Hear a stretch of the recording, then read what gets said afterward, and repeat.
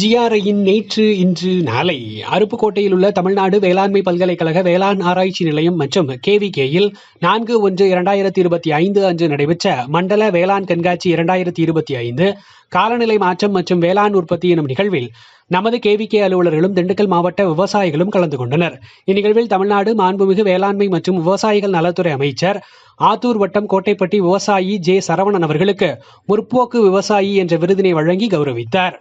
நமது வேளாண்மை மற்றும் கால்நடை அறிவியல் புலத்தில் 7/1/2025 அன்று சென்னை மருதம் குழுமத்தின் துணைத் தலைவர் டாக்டர் எஸ் ஜெயச்சந்திரன் அவர்கள் வணிக உக்திகள் மற்றும் கள ஆய்வுகளின் சமகால போக்குகள் எனும் தலைப்பில் சிறப்பு சொற்பொழிவாற்றினார்.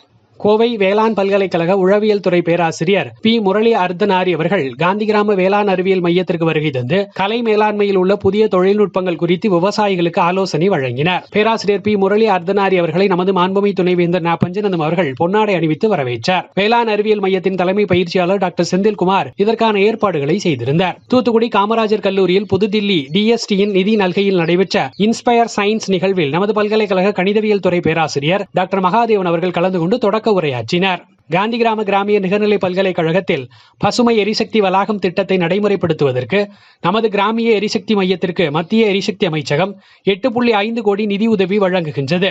இதற்கான உடன்படிக்கை ஒப்பந்தத்தில் கையொப்பமிடும் நிகழ்வு வெள்ளிவிழா அரங்கில் இன்று நடைபெற்றது. பயன்பாட்டு ஆய்வுத்துறையின் தலைவராக பொறுப்பேற்றுள்ள பேராசிரியர் டாக்டர் ஹிலாரியா சுந்தரி அவர்களுக்கு நமது மாண்புமை துணைவேந்தர் ந. பஞ்சநந்தம் அவர்கள் பொன்னாடை அணிவித்து வாழ்த்துக்களை தெரிவித்தார். நமது மாண்புமை துணைவேந்தர் ந. பஞ்சநந்தம் பதிவாளர் பேராசிரியர் எல். ராதாகிருஷ்ணன் அவர்களும் நாக் தொடர்பாக ஜிஆர்ஐயில் நடைபெறும் மராமத்து பணிகளை பார்வையிட்டு பணியாளர்களை ஊக்கப்படுத்தினர். 71வது தேசிய கூட்டுறவு வார விழாவினையொட்டி நமது பல்கலைக்கழக கூட்டுறவுத்துறை மாணவர்களுக்கு பல்வேறு போட்டிகளை நடத்தியது. நன்றி.